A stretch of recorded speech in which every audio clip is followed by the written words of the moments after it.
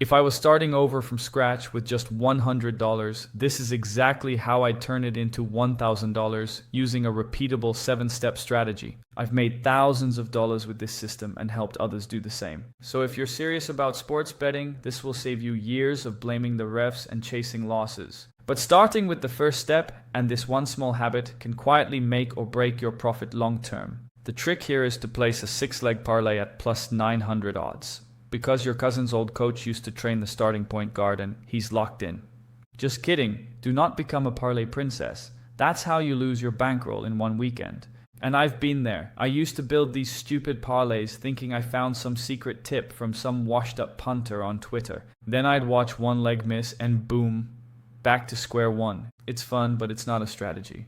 So if you want to make real money betting, you can't rely on vibes or hot streaks. You need an edge, and that comes from the numbers. So we're taking a math-backed approach. We're going to use expected value, market movement, and real data to make smart bets and avoid the traps most people fall into. But if you're serious about tracking your bets and actually knowing what's working, you'll want a proper system. So I put together a free step-by-step guide that lets you know if you're actually profitable instead of guessing where your money's going. I'll drop the link in the description if you want to copy the system I used to make my first $1,000 from sports betting. But moving on to step 2, and this is something 90% of bettors completely overlook. Because think about it like this. You're buying a new phone. One store has it for $700, another has it for $650, but it's the same phone. Of course you'd go with the cheaper one. But in sports betting, most people just take the first line they see and call it a day. This is one of the biggest differences between casual bettors and pros. Pros treat every bet like a business expense, and they always want the best price. So before placing any bet, take 30 seconds to check other sportsbooks. You'll be surprised how often you'll find better odds just sitting there. This is how you use the sportsbook's trick against them. And they hate this, by the way, as they've been robbing the people for years, but we are here to use math to take back what's ours. And if you want to make that easier, there are tools out there that scans everything for you and saves a ton of time. I'll talk more about that later in the video. But let's move on to step 3, and there's one simple trick that almost nobody does right, and it's the core of how sharp bettors actually make money. Let me explain it this way. Imagine you're rolling a 6-sided die, but every time it lands on a 6, you win $600. Every other number, you lose $100. Most people wouldn't touch that. They'd say, it's a long shot. But if you run the math, the expected value of each roll is about plus $16.67. That means, on average, you're making money every time you roll. Even if you lose a few times early on, if you keep playing that same edge over and over, you'll come out way ahead in the long run. But let's break it down with a real betting example. Say you're offered plus 600 on a team, but you believe the real odds should be closer to plus 400. That means the sportsbook thinks this team wins 1 in 7 times, 14%, but your model says it's more like 1 in 5, 20%. If you're right and you bet $100 10 times, you hit twice. That's $1,200 in wins, $800 in losses, which gives you a $400 profit. But moving on to step 4, and this whole price shopping strategy seems cool and all, but it doesn't really work in practice. When I first learned about value betting, I got obsessed with trying to find good lines manually.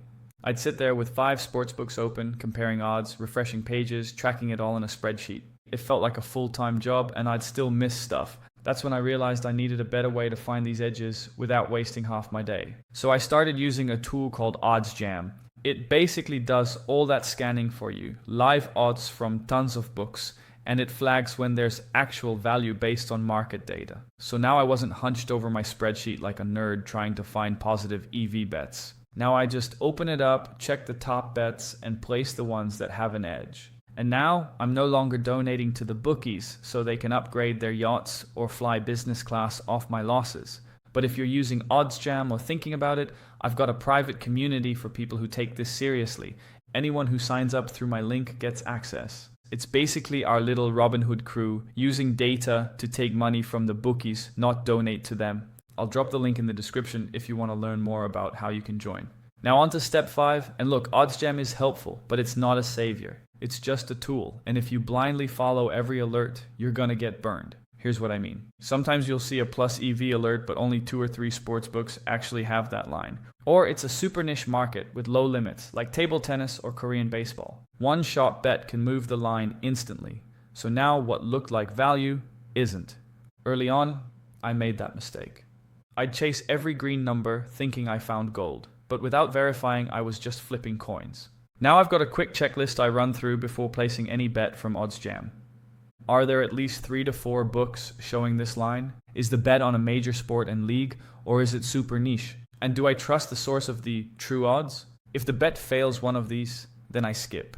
But moving on to step 6, and this part trips a lot of people up. Early on, I had a week where I lost 12 bets in a row, all positive EV. I thought the system was broken. But when I zoomed out and looked at the bigger picture, I was still up overall. Variance is brutal in the short term, but it evens out over time. And think of it like investing. You don't panic every time your portfolio dips for a week, because the long-term trend is what matters. It's the same here. Say you start with a $5,000 bankroll. You stick to 1% unit sizing, only place bets with a 3% edge, and take 5 solid bets a day. At first, it feels slow. You grind for a year and you're up maybe $3,000. But think about it, that's a 60% return. Most investors would kill for that. Now fast forward a few years. By year 6, you're pulling in $10,000 a month. By year 10, you've hit 7 figures. Of course, real life isn't that clean. You'll cash out, hit limits, take breaks. But the principle stays the same. Small edges placed consistently will snowball into something big. But moving on to step 7, and this is the question most people don't want to hear. Is this even worth it right now?